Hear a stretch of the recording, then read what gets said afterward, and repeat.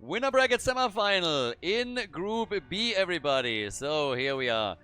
We have a pretty cool team actually on the left side. Team Copium with Masquerade. Yes, he's back. And honestly, it is a little bit hilarious.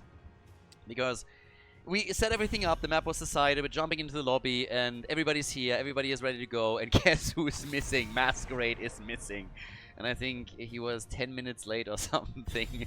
So this is the first game that he has played in ages in the competitive Heroes of the Storm environment. And immediately everybody still has to wait for him again. Nothing has changed. It's still all the same. We are in Group B. The Murky Cup continues. Again, we have special rules here. Rule number 1, heroes cannot be played more than once within a series.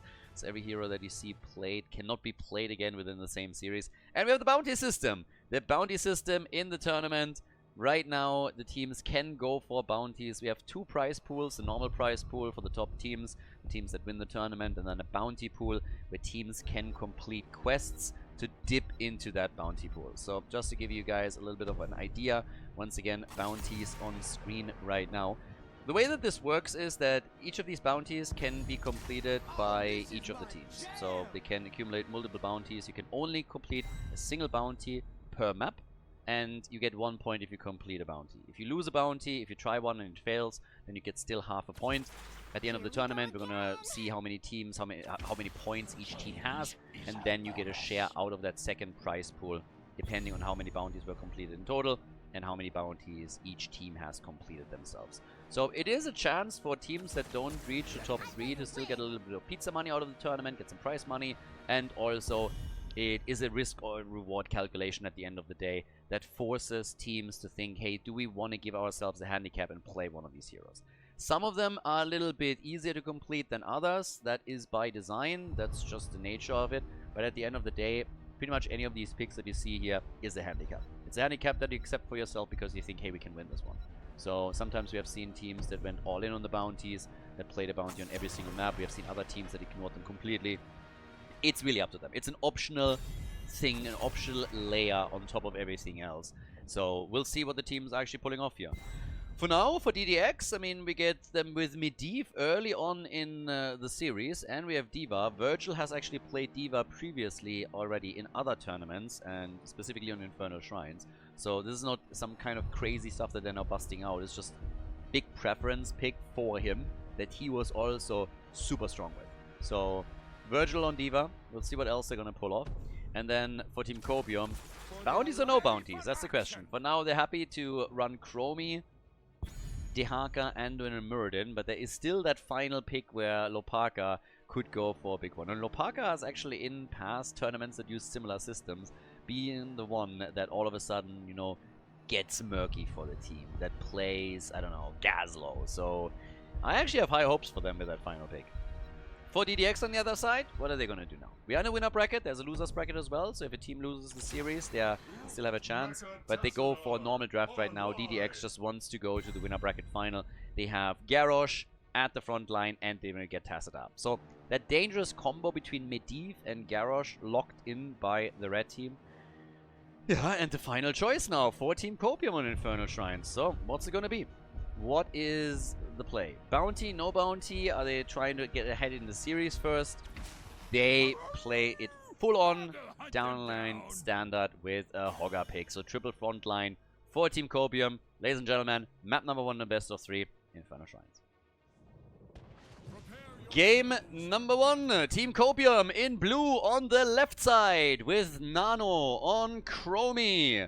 We got Banana H on Anduin, Lopaka on Hogger, Serath on Dehaka, and Masquerade on Muradin. Over on the right side of the map, DDX with Shizakit on Garrosh. We got Danazovsky on Tacita, Noshiro on Lucio, Dead Inside with Medivh, and Virgil is playing D.Va. Going for full metal on level 1. So we have an AoE focus with a Cyan Fusion for Danazovsky. So, yeah, also a little bit, people might wonder, looking at the player list, and they might be like, wait a second, Khaldor, hold your horses here. I just watched Nano play for the Cats. Why is he all of a sudden playing for Team Copium? So, I was actually in the exact same situation. I looked at the players and I was like, what the hell? And yeah, so apparently Nano is doing some account sharing. And Taikessa is playing for the Cats. I was actually a little bit surprised by this because Nano has been playing for the Cats in the past, but for this tournament he's playing with Team Copium. So that is the real Nano over here. Apparently somebody needed an account, so Nano was like, alright, you can have mine and can play the custom games with this. So yeah, just in case that there was some confusion around it, so now you know. And obviously we'll adjust, or I'll adjust for the upcoming games. But yeah, I was a little, when he joined the lobby I was like, wait a second, what is going on here? So I was also a little confused. Now, with Nano, the real Nano, now playing on Chromie, is obviously on one of his favorites at this point. And also a little bit of a side note here, I've been talking a bit earlier about the bounty pool. Now, the bounty prize pool is actually crowdfunded. The real prize money of 1,000 euros is already fully set up. So if you are interested in also supporting tournaments like this one here, you can use the crowdfunding. There is a link in the description of the YouTube video if you're watching there right now. There's also a lot of fighting happening right now, but it's the blue team that steers the camp away. So again, if you want to contribute, if you want to help out, people have asked in the past, then you can do that with the link in the description of the YouTube video. There's also, by the way, a link to the bounties. So if you want to catch up on those and you want to have a closer look at them, you can have a look there. As the Haka becomes first blood in the game. Yeah, there it is. And if you watch on YouTube, make sure that you hit that like button.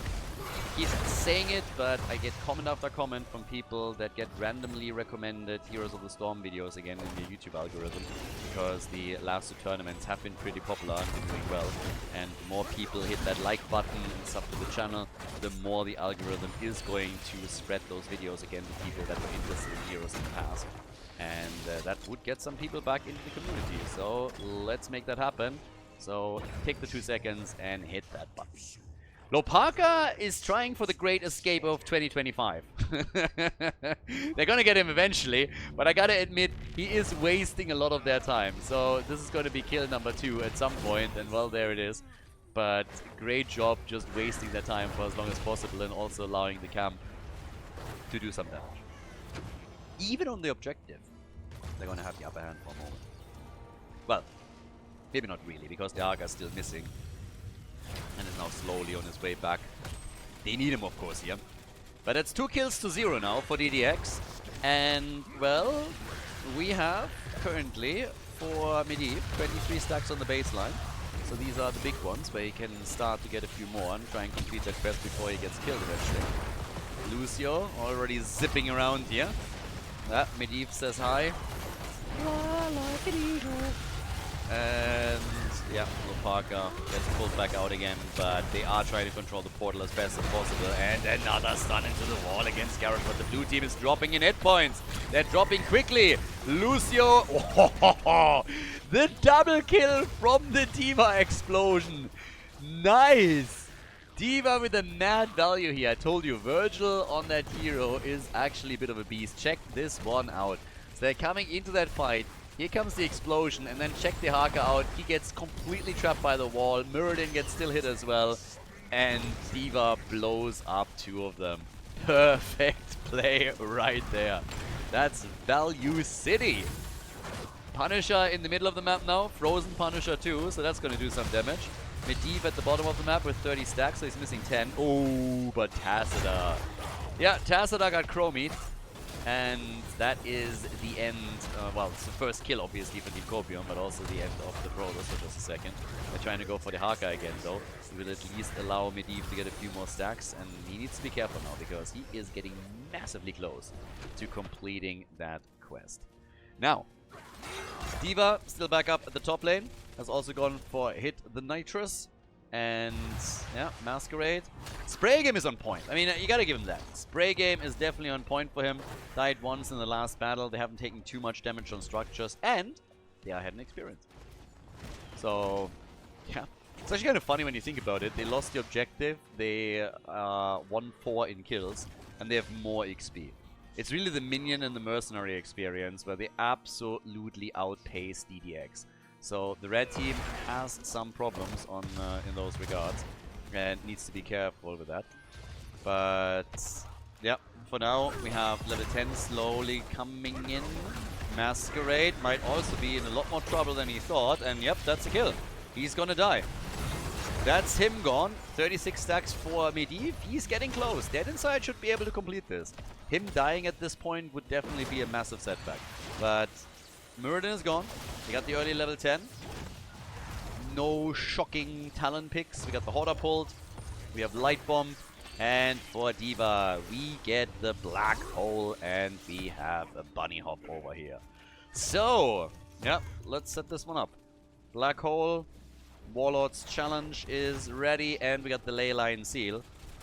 So plenty to go around to try and isolate, control any kind of combo and hero that walks onto the objective whenever it's being fought over.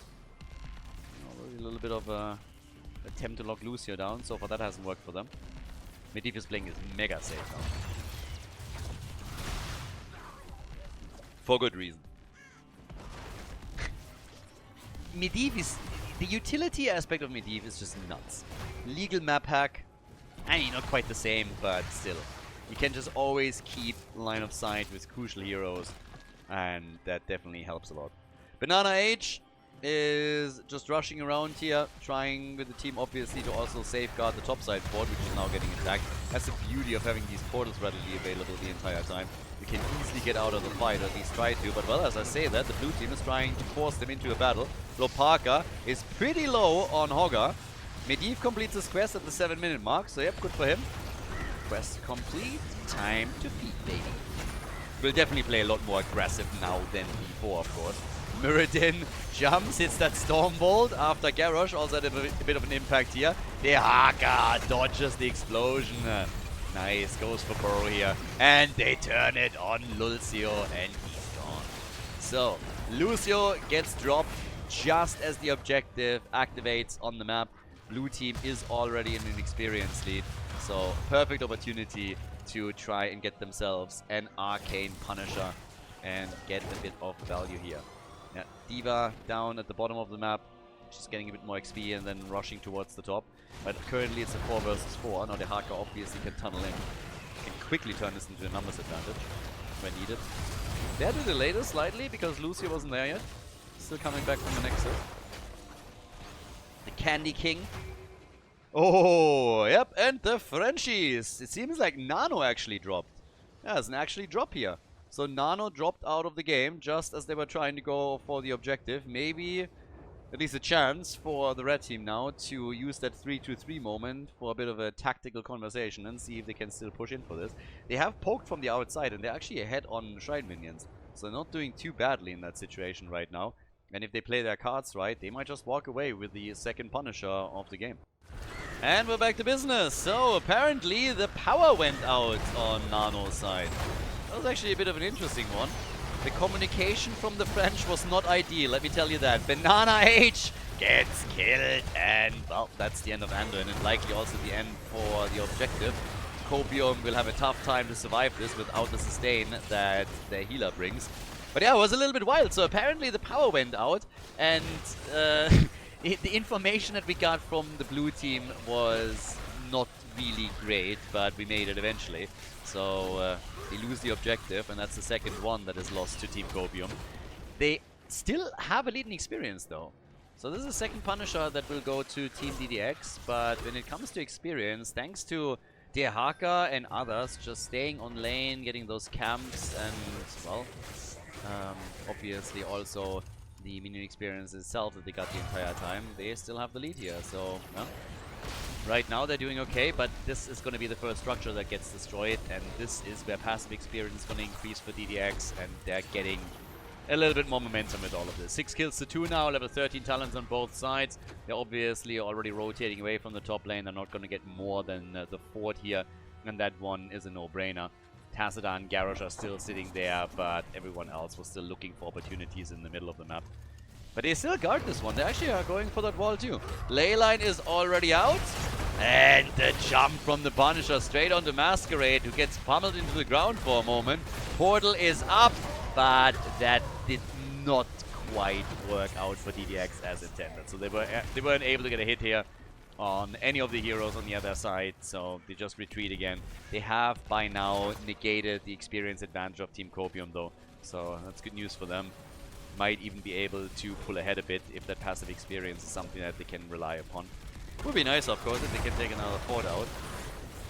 Medivh still firing away here. He should at this point be actually in a pretty good shape with damage as well. And yes, indeed he is. He's on 20,000 damage. Tacit has the top damage for the team with 21k. And even, I mean, everybody honestly is looking pretty solid here. You look at Lucio, for example, you look at Garrosh, and they're bringing the numbers too. Whereas over on the other side, it's mainly Chromie chipping in. Here comes the Order Pull. Does that attempt to engage? Light Bomb hasn't been used yet. Chromie on the move. There's the taunt from Garrosh, the explosion! And throwing the explosion straight into the team. But a glorious lick from Sadath. And yep, that's the end of Garrosh, of course. So Dehaka, just fantastic. The precision and the use of his tongue here is legendary. Just go and ask his girlfriend, she can tell you all about it. But that was something. So good on him. They get the kill on Garrosh as a result. Just as he thought he was already safe, and that's a 5 versus 4 they can now exploit for a bit longer. This is a level 16 talent that they currently have. And, well, that very likely is going to cost DDX a fort at the bottom of the map. One's going to get attacked quickly. Don't see them defending this, honestly. Not without Garrosh here. There's just enough range poke. We can easily take this one out. Murden up at the front. Bam, another quick hit. He went Sledgehammer on 4, so that's some extra damage. And, well, that is a fort eliminated on each side with the Dehaka. Now top side. Tries to go for Virgil here. Yeah, gets the lick and gets the solo kill. Told you that tongue is magic. So, Saturday, that's a round of applause. Nice. Chromie is excited as well. That's a tongue to praise. Yep, a little bit on the kinky side. But, well, not really. So, 4 kills to 6. And with that, depends on what you do with it. But with that, we now have a 1 level advantage, full level lead for Team Copium. And they're starting to gain a bit of momentum here. Really nice plays though from Dehaka. I mean, he dodges also on the ley line, is now ready to go for the minion wave, but also if any of the heroes would have showed up again, that's another potential threat to just lick him into another stun from Muradin, for example, and tee things up for Chromie. So they are applying pressure to the top side fort, attempting to take this one out as well.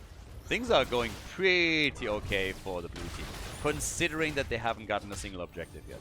They lost out on both of the Punishers that have been claimed so far. So both of the Punishers went to the opponent, and now they're hoping to finally get one on the 3rd attempt. This is obviously a Mortar Punisher here. Dehaka still at the top, waiting this out a bit longer. Chromie is funnily enough the only one on the blue team that hasn't fallen yet. Medivh the only one that hasn't died on the side of DDX yet. The ley line is out. That light bomb is not going to do it too much. Banana H was obviously hoping to empower Muradin with that light bomb to go deep and set the team up for a kill. But that didn't work out for them. Hogger just fogging this out though, and they have 30 to 10 stacks. It's looking way better on the objective for the blue team now than previously. Ley line, they're isolating Dehaka for just a second. Anduin ruins the moment, but Muradin dies. So they saved Dehaka, but Muradin has fallen. Punisher will be claimed, but maybe they can get a... They can't get another kill because Anduin is just ruining play after play all day, every day. Now the move for Sadath, the jump from the Punisher, and yeah, they have to force this one back. But really nice moves here and approaches that we are getting from Team DDX. They weren't able to get another kill, but they threatened Dehaka multiple times. But fantastic saves from Banana H who are able to keep him in play. Now we got the Unraveling. So this is going to be a big one for Chromie to get more utility here. Dehaka at the top lane had to deal with the catapults, and the camp of course had pushed through, so the keep is already opened up, and thanks to Muradin destroyed the defense at the bot lane. Fairly straightforward. Something that he can easily take out here. Now, there is still at 1 level advantage. Chromie already has a 20, but the rest of the team is catching up quickly. And then the big question is just simply going to be what's going to happen around the next fight here, because once that 20 is ready, Team Copium will have a mad advantage for the next battle, which could of course be on the objective. For now they're just happy to go for the camp at the bottom of the map, get some extra experience, get to 20, But yeah, if you have the talent advantage around the objective, I would assume that DDX is just gonna let that one go. They have to soak 1.5 levels until the next objective is announced. I mean, depending on the map control, kind of doable. Could be a bit of a stretch here, but Tassadar is already dealing with it at the bottom of the map. Would go a long way if they could get a hero or two. I mean, that would be amazing. It would also help them, of course, just ensure that the opponent loses the control that they have over the battlefield so far. But there's the Storm Talents as expected for Team Copium.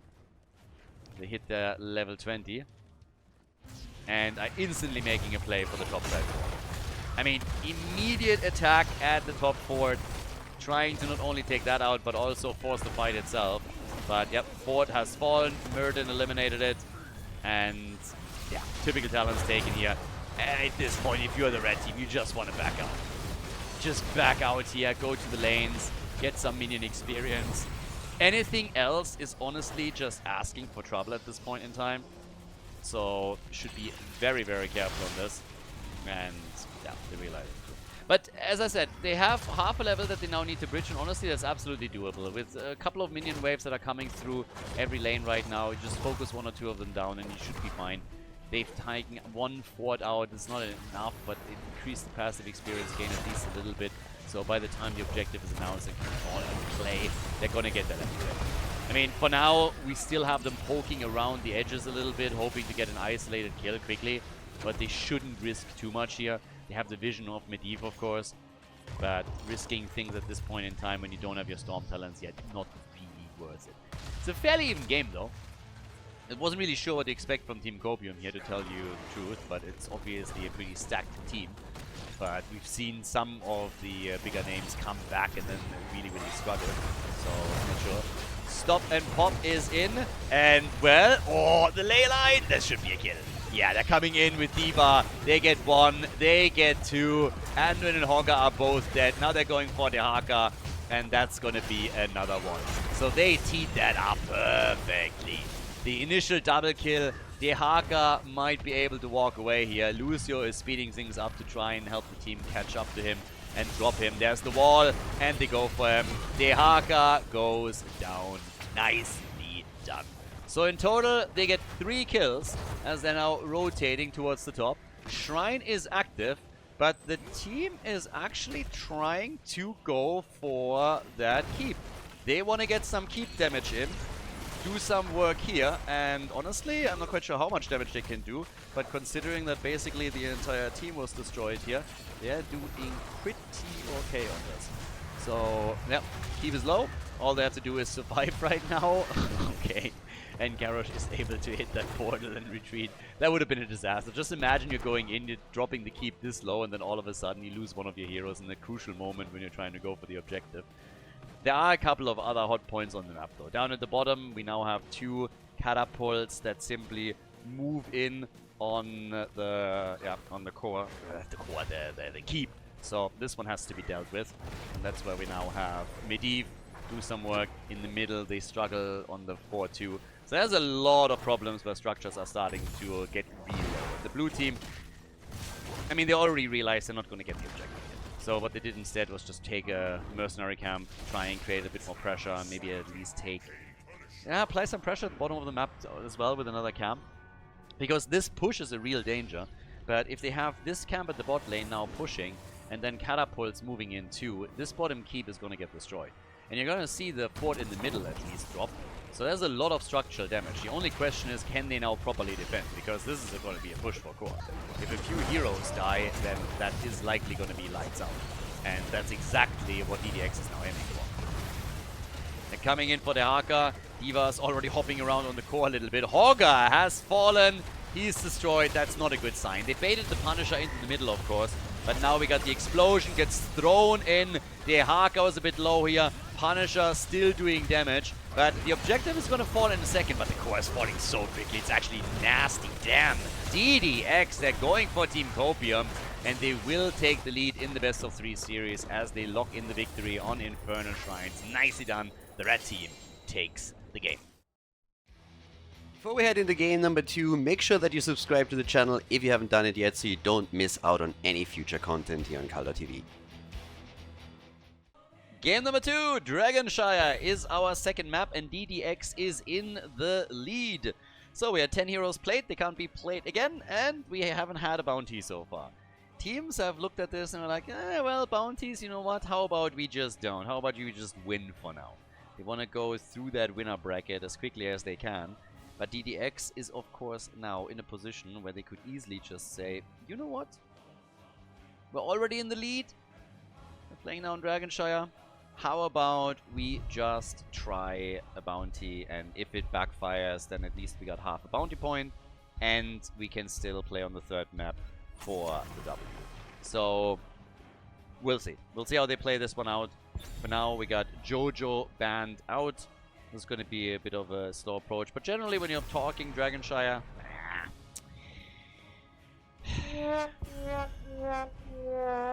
they hate fun. Don't know what to tell you. They absolutely hate fun. They ban the Vikings. That's just not cool. So, Vikings are banned. So we're not going to see any longbow shenanigans, but I think at this point it was more about the Vikings themselves. I always wonder what other bounty... Like, there are a couple of heroes out there, but I'm just not quite sure if they're bounty worthy. I guess we could still go for a Ragnaros Lava Wave bounty. That's probably something that we could add. But heroes that are not really getting played a lot, but I'm just not quite sure if that is a bounty worthy hero, is, for example, Deathwing. Deathwing doesn't really see any play right now, but is that really a bounty? Should we make a bounty for Junkrat Rocket Ride? That would be maybe funny. I actually think Junkrat Rocket Ride for one of the upcoming tournaments when we use the system again would be a good one. I think that's always fun when you see it, and there's interesting combos around it. But the whole idea is obviously to create something, you know, that's just fun to watch. And with Deathwing, I'm always a little bit on the fence if that's really fun to watch or not. So, yeah, not so sure about that. But Junkrat Rocket Ride might be a good option. Lava Wave, Ragnaros could be cool too. Maybe even Nazebo. I mean, well, Nazebo is just a hero that sometimes gets played anyways, but I think you could go for certain Nazebo picks too. I mean, I don't know, honestly. But yeah, either way. So for now, we got Rhaegar, we got a Nuburak. So they're going a bit for a dive here again. Blaze on the other side. So when it comes to the side lane lottery, then DDX has definitely already won that little battle. I mean, there's plenty still to go around, so obviously you can't go to Haka right now, which is usually a pretty standard pick. Part of me likes that they ban Samuro because it's like, okay, they kind of know what they have to take out here. The other part of me just absolutely hates it because I love watching a good Samuro really do his thing. It's always fun to watch that, and we've seen plenty, of course, of decent Samuro players over the years here, the last couple of tournaments too.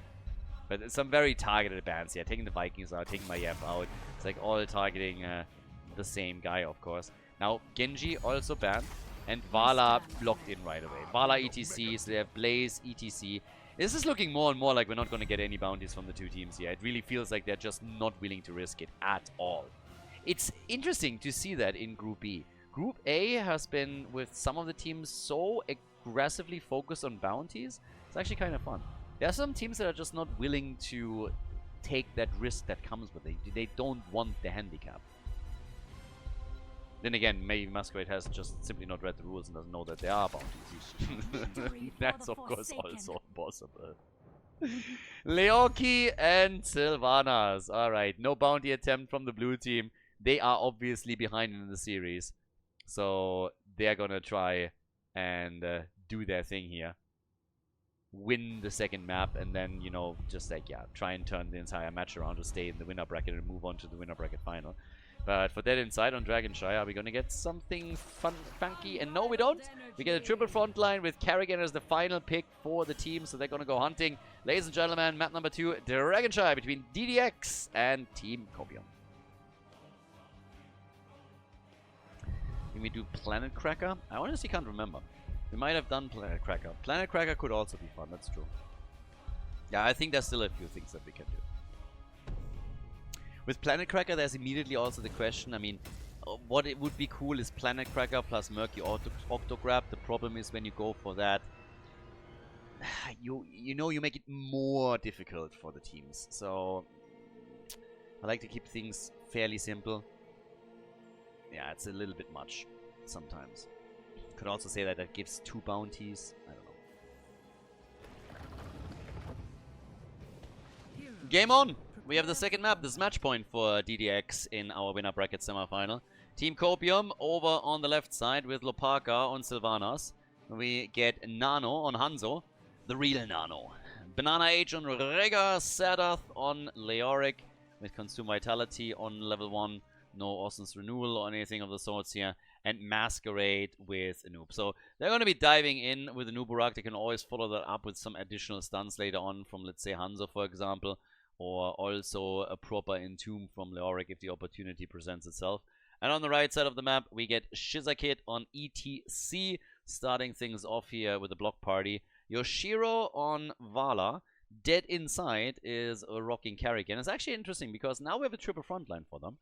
And a very stun-focused one, too. You got Virgil on Blaze, which doesn't really surprise. I mean, Blaze, again, one of the, if not the best side laners.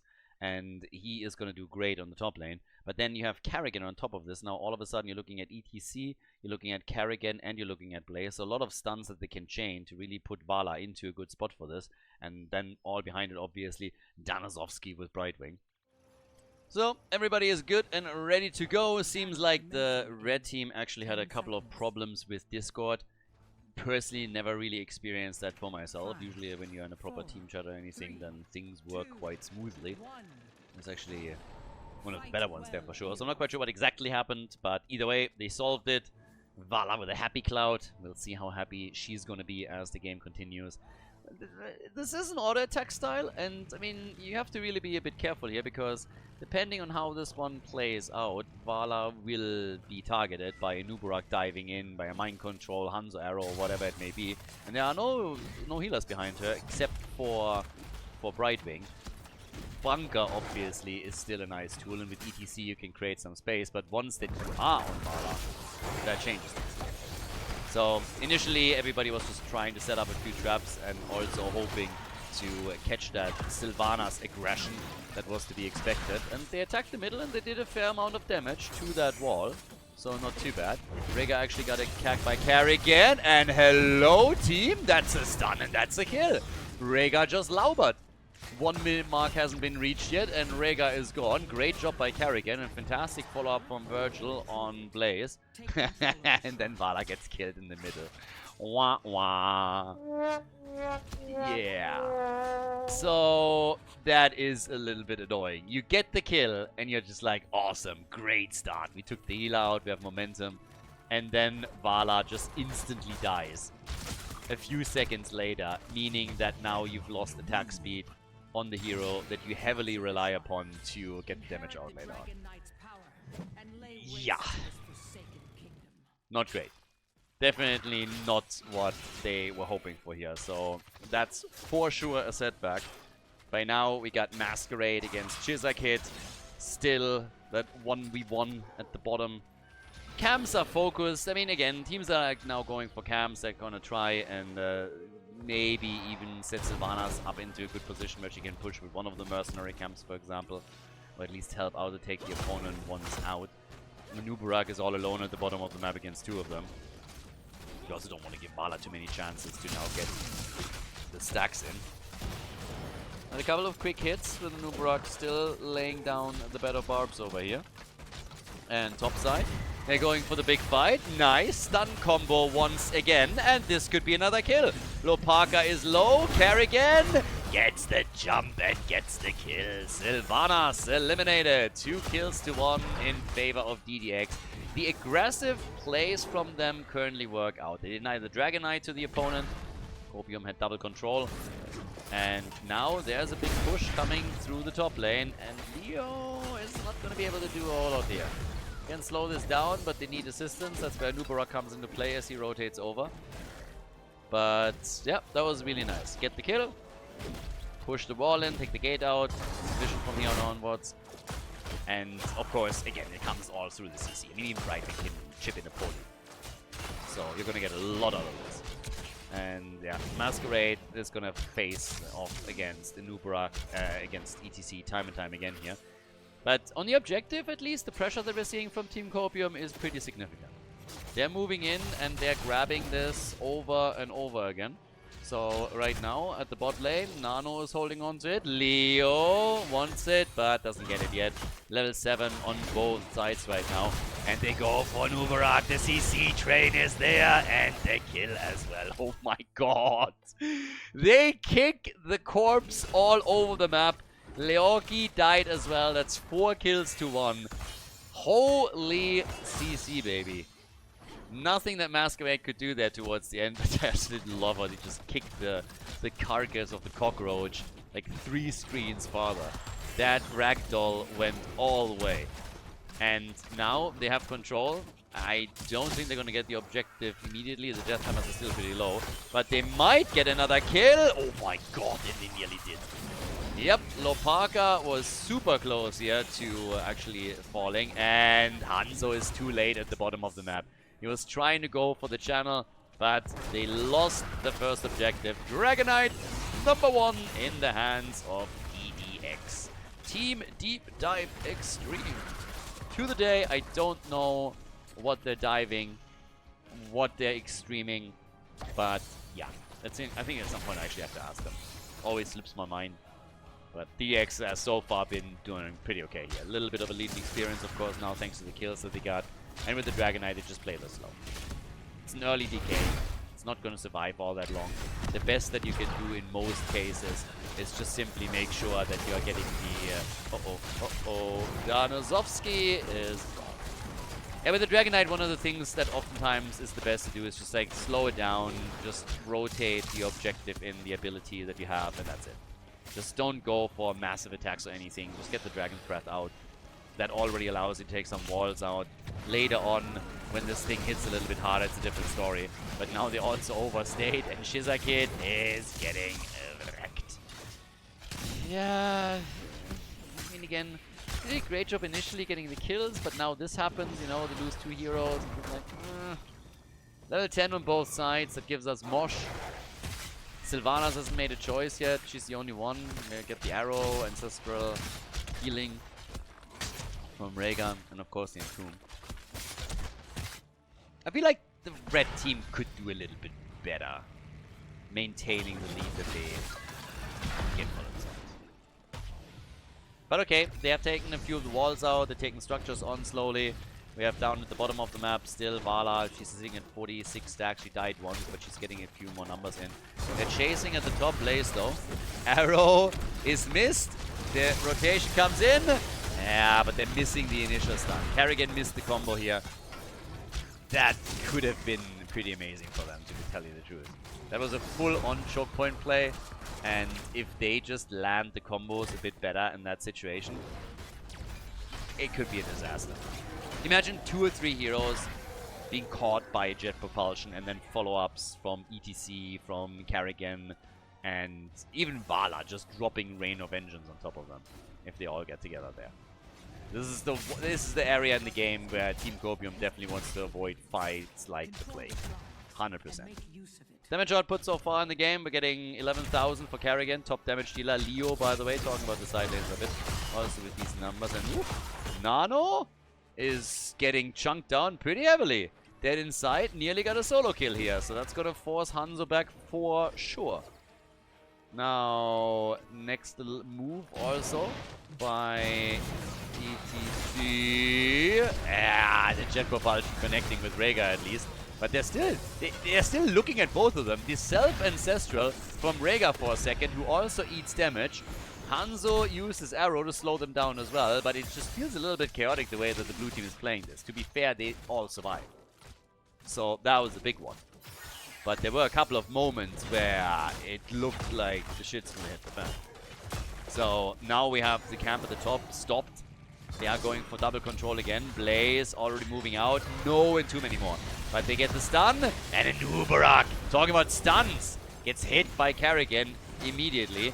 While they are defending the top lane, the rest of the red team is busy at the bottom of the map trying to get the gate destroyed. Get themselves a little bit of vision on Hanzo and take also the towers out. They still gotta make sure that they're not staying too long. So Nubarak is already saying hi. No channel in the middle yet, but the double control goes again to DDX. Chrysalis now with 13. Diablo is not in the game, but his IP colleague, Leoric, has taken the shine at the top back. So at least alleviating some of the pressure that they were experiencing here. Yeah, mind control, missing. Sylvanas, and she's gone. No chance, absolutely no chance. The auto attacks alone were already a problem, and then she just got wrecked as the rest of the team piled on. Masquerade is in the same situation, so that's a double kill against the team. Go for the triple, baby. It's a triple kill as they go for Rega. And for some reason, Vala is suiciding, commits honorable Sudoku, and goes down. So, yep, that's more attack speed gone. I guess at the end of the day, they don't care too much. They should care a little bit, but they got 3 kills to 1. They get the bottom 4, so that's good news. But Vala missing out on some of the damage potential after level 16 is, of course, yeah, a little bit annoying. I mean, again, they're still doing much better now. Top side, this is the problem, by the way, for the red team. Sylvanas can always push these lanes and do serious damage with these rotations. So the red team is fighting hard to create some situations there, but a lot of them get shut down. Very nice move, by the way, against Sylvanas now. Wow. And that's a kill. Beautiful play. Beautiful play by Blaze. The timing on that stun was incredible. Just as the wave was kicking in for Sylvanas. I mean, look at this. It doesn't get better than that. She could use the wave, then Brightwing is like, wait a second. She's not jumping back? Well, then I'm going to say hello real quickly. And they move in and get that kill. So, well done. Red team is playing for the next objective. Should be able to get it.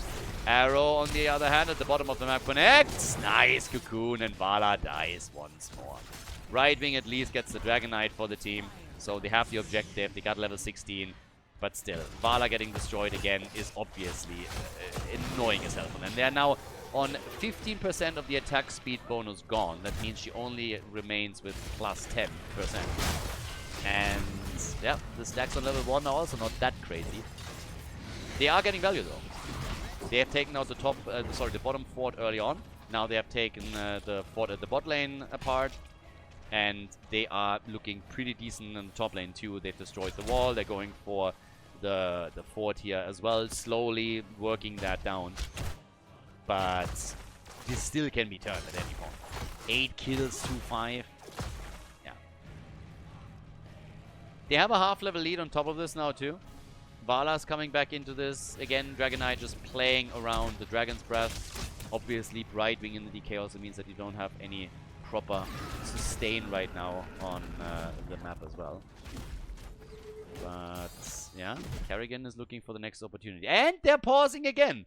Earlier it was a Discord problem. Oh, Brightwing disconnecting. Alright, so yeah, this series seems to be a little bit haunted. Earlier it was the blue team that had problems, and now it seems like DDX is just running into one issue after another. But let's see what they can do once that Brightwing is back. So far the game is going well for them. You could just argue that when they are ahead, they should be able to extend those leads a little bit more. And they've been struggling in maintaining that, always giving the opponent an opportunity to just bring it back by getting a couple of kills or catching up in experience. But yeah, we'll see. For now, though, seems like this was a quick one. Brightwing is already back. Good. So Danozovsky quickly made it back into the game. But yeah, this is the only real criticism that I currently have from them. That Copium seems to always be able to get a kill or two whenever the lead is getting a little bit too much. There's the first stun. Vala is just getting murdered this game. I mean, honestly, the Ancestral here on Banana Age was crazy good. That one was nasty as hell. Beautiful. That arrow against ETC, he still has a mosh pit up. They could go for kills here, but it's a 5 versus 4. And the comeback attempt that we're seeing from Team Copium is in full swing. So Kerrigan gets also killed, the rest of the team is able to survive. But these kills against Vala are starting to become a little bit ridiculous, to tell you the truth. That's 20% of her attack speed bonus gone. She's at 17,000 damage. It means she's behind Blaze, she's behind Kerrigan, and they're losing momentum over and over again. It's also obviously a credit to Team Copium to how well they are playing against Vala. I mean, some of the engage that they made were just pitch perfect. And I highlighted this already at the beginning of the game, maybe even in the draft, talking about that Vala is going to have a bit of a problem with everybody just diving on her. And if the front line is not able to protect her in those situations, she will fall quickly. You're not having a double healer here, you don't have a panic button. Brightwing needs a little bit of wind-up time to get proper heals out, so Vala died 4 times. Sylvanas died 3 times, but now the top port is gone. And Vala was sulking a little bit on the side lane. She's like, no, I'm not helping. Nah, I'm gonna go and I'm gonna take the side lane out. So, Copium is back. In XP range. They are a little bit behind in structures, but this is still dead even.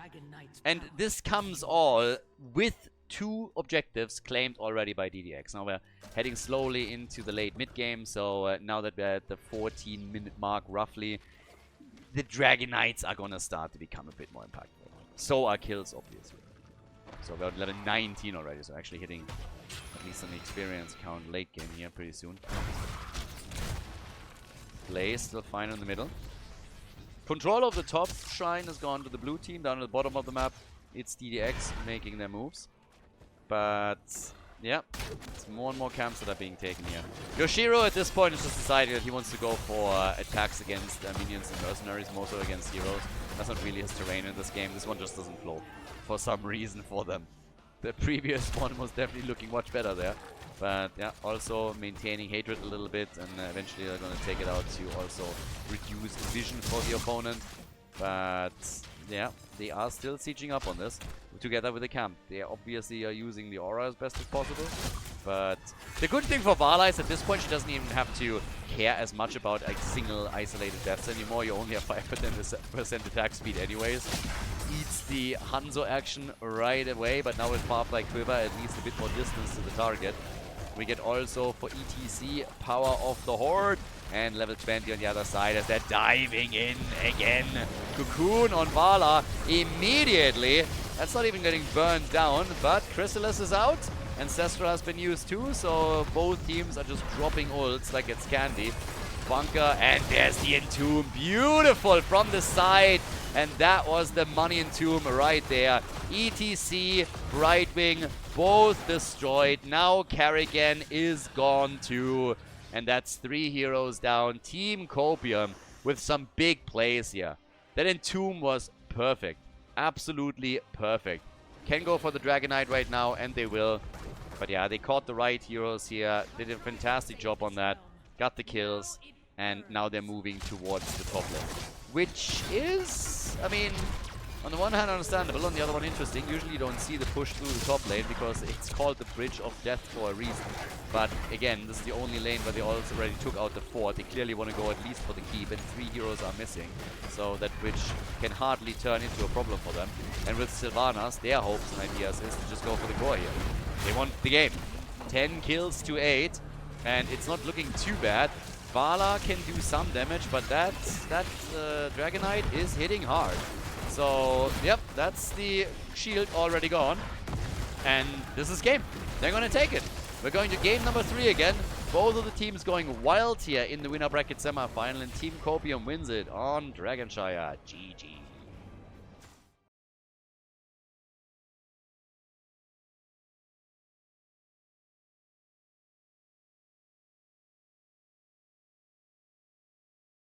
Crastolo, let's go! Map number 3. We're going the distance again. Group B is tight.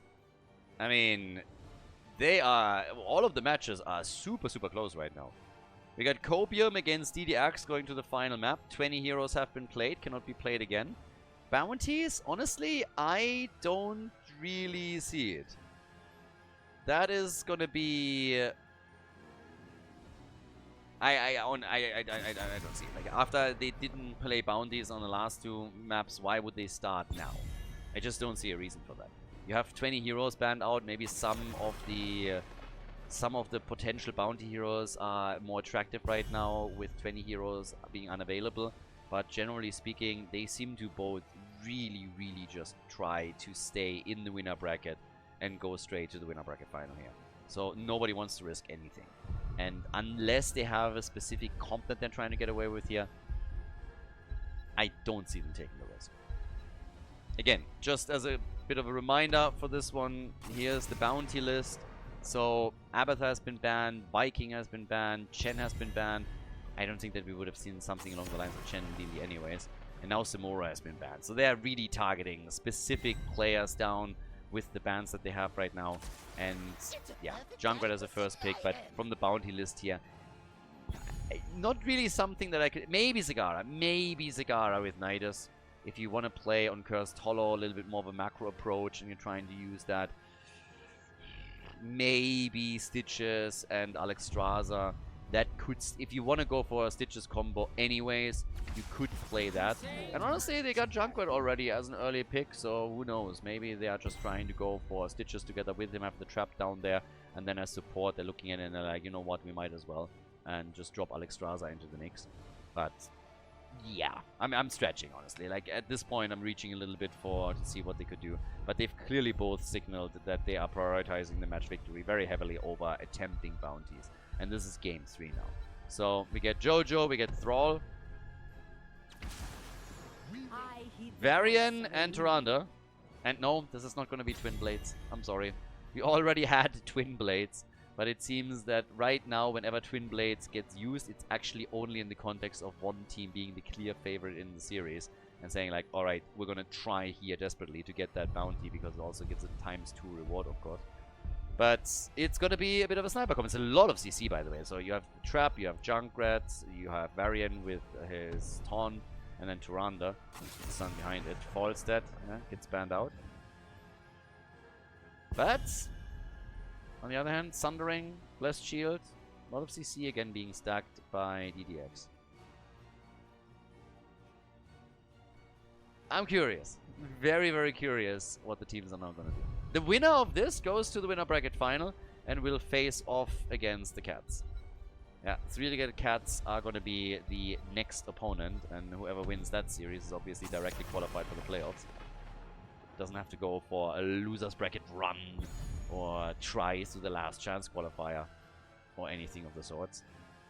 So, yeah, with Sergeant Hammer being banned, also being taken here. But are we gonna get any kind of like, okay, Stukov? I'm asking like on global, pseudo global. Most of it is already gone. Banned already played. We get Bambi, Lunara. Lunara is actually getting played a little bit more than I thought she would in this one. Also has to be very, very careful whenever Varian makes an approach. So that if he starts flanking in and Lunara is in the wrong spot, she's just gonna be gone. At least if Banana Age is able to follow up properly, drop the Hunter's Mark, get his own stun through. But yeah, we still need a side laner for them. Technically, that could be one of the bounty heroes, but I don't think so. Zeratul and Li Ming. Okay, so we have the burst damage. Varian, Tyrande, and Li Ming, they're gonna work in a combo. Junkrat will help out whenever he can, and then Zeratul obviously with even more damage. He can also jump easily on Lunara or Stukov in the back and try and get his kill here. That leaves us with a final pick for DDX. Game number 3. Again, they're going down to the wire with this one. But what is Dead Inside going to play for the red team? Final map, Egos, Alarak, Jojo, Thrall, and Alarak. Cursed Hollow, it's the final map. We got Team Copium against DDX. Let's see who takes it, who stays in the winner bracket, who moves on forward, and who drops down into the losers bracket. Game number 3, the final map, everybody. So it is party time. Who's going to be able to claim the series, move on to face off against the Cats in the winner bracket final? On the left, Team Copium with Lopaka on Li Ming, Banana H and Tyrande. We got Nano with Blow 'em Up on level 1 with Junkrat, Sadath on Zeratul, going into the Might of the Nerazim build, and Masquerade on Varian. On the right side, DDX with Shizakit on Johanna. We got Yoshiro on Lunara. Dead Inside playing Alarak for the team. Virgil on Thrall, and Dana Zovsky is playing Stukov. So, yeah, moment of truth. Essentially, the two teams reduced the series to a best of 1. They already figured out where exactly Varian was hiding. Can they catch up with him? It seems like it. The wolf misses, though. Oh, they're trying. And again, honestly, like, this series is a little bit cursed here. Now they're pausing the game again. We went through the entire Group A and basically also Group B without having well, I don't want to say any pauses, maybe one, and now we're in this series and we have like 4. It's always when the French are playing. It's not quite fair to them because DDX also paused twice, but it's just so funny to me that it's always in the same situations. So whatever the problem is right now, I hope that it's fixed quickly. It doesn't seem like anybody disconnected. But the question that obviously is the most important one right now, is Masquerade gonna fall? One of the problems is that Virgil actually missed the Wolf. He's not even with the team anymore at this point. But if he connects the Wolf, they can definitely kill Masquerade. Shizakid is now going to try and get in front so that he can body block a bit, but that also means that the tower is targeting him right away.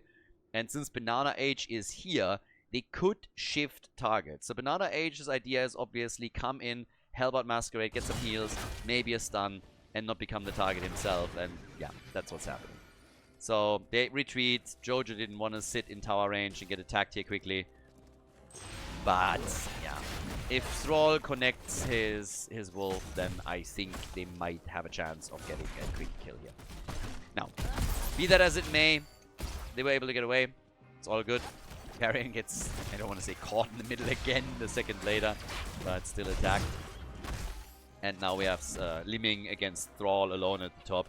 Alarak is obviously someone that we're also going to have a look at as this continues, because he's going to try and go for Banana Age whenever he can. And Junkrat. Try and take those squishies out as much as you can. And yep, all the way top side. So just holding the line here while they're going for camps, both of the teams by the way. And down at the bottom of the map, Alarak gets not Alarak. He is alive. He's alive. Alive and kicking. That was still close though. I was waiting for Varian to get his cooldown back and then to just murder him as he goes past the gate. Didn't happen that way. So now we got DDX and Copium just making the big moves with the mercenary camps over here in the middle. So let's see if one of the teams is able to exploit this a bit and get some structural damage in. Banana Age already sitting at the side. They're waiting for level 4. Liming is also pretty low at the top lane, so Thrall is currently looking great there. He's just running out of mana.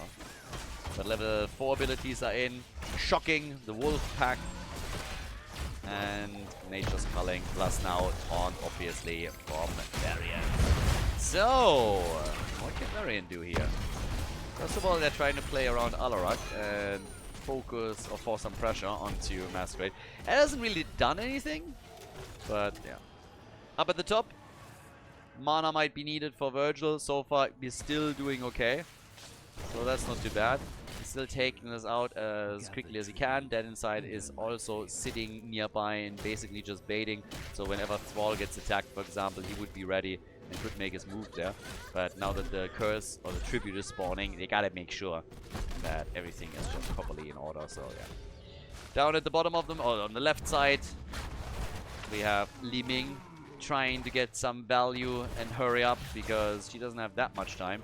The curse is spawning soon, and then you kind of want to be in a position for this one. Everybody's just reaching. They're just trying to get a grasp of Masquerade, and it just didn't happen. So now they're hoping to get the hit here. Yeah, there's already a little bit of a play through Stukov, and they go for some body blocks that are honestly nasty as hell. So they're getting good damage out. Zeratul and Liming are obviously both missing, so that plays a big role here, but they can't interrupt this again. They can go for the stuns though, and Dead Inside is dead on the outside as well. That's a kill, and they... Are they getting the double? Nah, okay. So they miss out on the double kill, but they take Alarak down. Tribute was taken by DDX, but so far so good. That's a leading experience for Team Copium, because they were able to have heroes on the side lanes, still get a kill at the top. They lost out on the tribute, so that's the one thing they sacrificed. But that was pretty good. First kill in the game. And now the second tribute is coming up. Again, the CC chain and the follow-up from Junkrat to isolate the target. But they're turning it on Tyrande. She's gone, and so is a Thrall. Gets kicked through the wall. Junkrat gets murdered. Jojo is dead. I mean, damn. Everybody is dead or dying over here. Masquerade totally confident. Spray game still on point by him. But that was quite the slaughter. So, yeah, Tyrande, Thrall, Jojo, and obviously Junkrat, they all got crushed. So, nicely done. That's 5 kills by now. More than a kill a minute. And Alarak is at 93 sadism for now. He obviously got targeted pretty heavily as well. So, has the utilities with the applied force. One of the reasons for the reduction here. And gets immediately targeted again. Taunted and is about to fall. Yeah, they can't save him. They can maybe avenge him, and even that's a nope. Down at the bottom of the map, also, Li Ming got dangerously close to eliminating Lunara. She went with level 7 into Seeker, so we don't have a Calamity build. Which technically means they could theoretically try and go even Glass Cannon on this one. But they're locking the kills in. I mean, they really are. That's a level 10 ability that they already have, and now we have 5 kills to 2. So they're running the show here completely.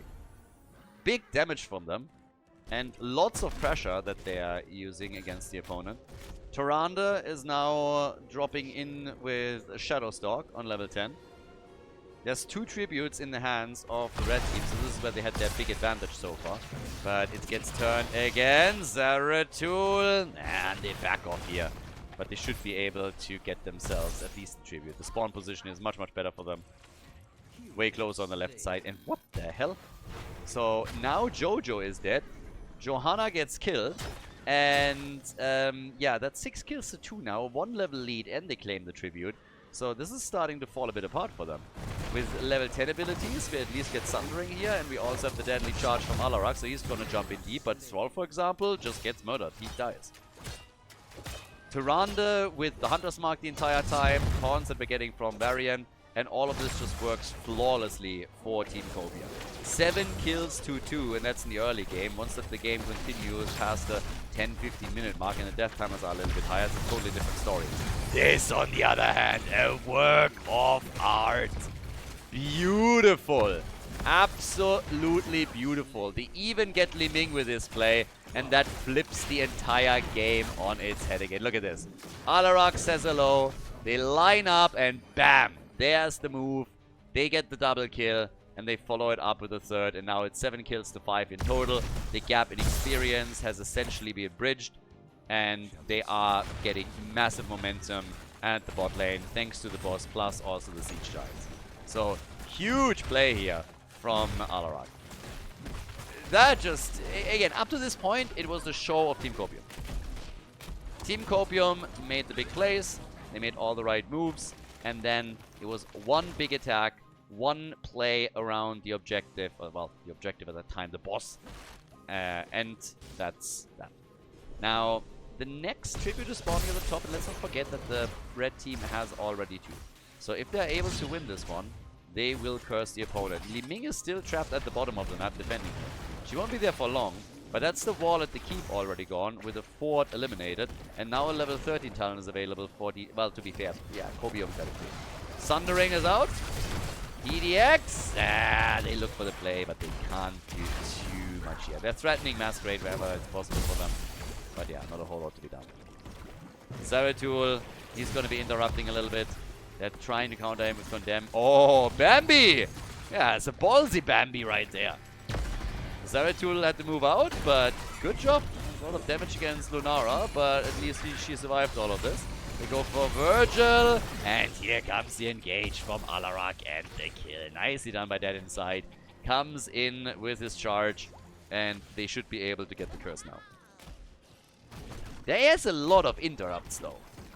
Blue team, they have Junkrat, they have Tyrande, they have Li Ming, but eventually, again, it's a kill. So, yeah, now they can try and push for a few more structures. And for another kill, which barely didn't come in. Yup, that was close. Setath able to get out. Had to pop everything he had in order to escape this. So, good job by him. But if that silence just lasted a little bit longer, he would have been gone too. 114 sadism now for Alarak. They get the fort in the middle. But this first curse, the question is still how much damage this thing is actually going to do. Because right now, what else can they pull off? They seem to be moving towards the top, and they're going to try... I mean, Junkrat should be dead, honestly. He's going to try and jump... Ah, nobody's covering this. Okay. Blessed Shield is coming out now to get the slow, but I was honestly expecting them to do a little bit more to stop him, but not even needed. Nano still falls. Alarak came over and got the kill. So now we have 7 kills to 7, and Lopaka gets killed as well. So Li Ming is gone. 8 kills to 7. Keep at the bottom of the map is taking damage. In the middle, the wall is slowly being opened up as well. And they are now falling back towards the top side fort to make sure that they are dropping this one for sure. So all of the forts are going to be gone. The keep at the bot lane is low. The lead in experience has been extended. And yep, as they are getting the fort, thanks to the minion wave, the team themselves, they move in for the boss to claim this one as long as Li Ming is still dead. And of course, on top of that, they're also now having level 16 talents in just a moment. Li Ming has gone for the Cannoneer. So, yep, Cannoneer for her. 16 talents already. Thrall, funnily enough, has still not completed his level 4 quest. So that's not something that he was able to complete, even though he now has Alpha Wolf and would love to have that synergy with his level 4 talent. But unfortunately for him, no dice. So, with them having talent advantage, they're trying to go for the camp and they're taking this one apart. They have the boss at the top. This is really the moment where they're going to... Oh my god. Everything on Junkrat, and he's dead. Junkrat got absolutely crushed by this. What a play, honestly. Check this one out. I mean, they got everything here. Sundering hit him initially, then the Blessed Shield. And with that kill, they can easily go for that keep, which they have just now destroyed. And we have them moving towards the core. I'm not quite sure if they can end the game here, but they should be able to at least do a little bit of damage. Wow. DDX, I mean, completely unleashed in game number 3. Lunara with 24,000 damage, and the core is going to take a lot of damage here. They might end the game here. I mean, the boss is still up. 1 kill, 2 kill, 3. The defense is too powerful. 4 heroes are down. 5-man team wipe. They don't have enough to end the game. They do not have enough here. The core is down to 22 points, but that was just too much. Big hits coming. The entire team got wiped, and now the blue team is on their way to cross the map and see if they can at least take out one keep. Obviously, Varian at the top has now also taken the next tribute, but the core is down to 22%. 22%. Yeah, I'm not even sure that they can take the keep, to be honest with you. I doubt it. I don't think they can. They've also abandoned that idea, to tell you the truth, because they are now going for the boss down at the bottom of the map. So, DDX, they've lost the lead in experience. They are, of course, massively... Oh my god. Even jumping in to get their own Siege Giants. That was a super aggressive play. Not even bothering with the mid-defense at that point. Just saving the Siege Giants and checking if they can maybe get a kill with Alarak being hyper-aggressive around it. So 12 kills to 9. Bottom fort is likely going to fall, but no matter what happens here, the lead in structures is still going to be on the side of DDX. And they are now in backdoor territory. They can actually try and backdoor this at any point. If they get to the core, of course. That's the big caveat. Yeah, fort is about to go down. Oh, it might not be the only thing that's going to fall here. Yep, Jojo is dead too. Jojo is dead, and Bambi is barely getting away here. I mean, that's 100 hit points. Stukov is also gone. Oof. I mean, right now, it starts to fall apart for them. They're losing a lot. And there's another tribute spawning in the second, and since they lost 2 of their heroes, that's a curse. So, I am not so sure that they're not throwing this game. Losing the team on the core, fair enough. I mean, that was a pretty high-stakes situation. You get wiped there. But after that, you have to start to recover. And now what happens instead is that they engage into the next big battle. They're falling farther behind in experience. Now they're cursed, so they're going to lose a couple of their forts. Oh, sorry, keeps. I think the fort at the top lane is likely going to fall as well. So this is a bit of a disaster for them. They're losing way too much here. 1 keep is already gone. 2nd keep in the middle has no chance. Yeah, and the opponent has level 20. So all of a sudden, Team Copium has a big opportunity to decide the game in their favor. Shadow Stride is in. We got the Shooting Star as well. And yep, now they are trying to drop the core here. Their own is at 22%. They are making the moves right now. 35,000 damage for Li Ming with all of the poke that we have from her. Junkrat on the same number. 30,000 for Lunara. And what looked like a solid game for DDX. And I don't want to say guaranteed victory, but a pretty likely one. It's now all of a sudden starting to turn against them. Unless they can get the kills here. But Anazovsky's a little bit low. Zeratul gets out. Alarak dies. this might just be the beginning of the end. The core falls quickly. Jojo, Blessed Shield on cooldown. Li Ming with big damage, and that's the end of Stukov. And DDX drops down into the losers bracket as Team Copium moves on to the winner bracket final. GG.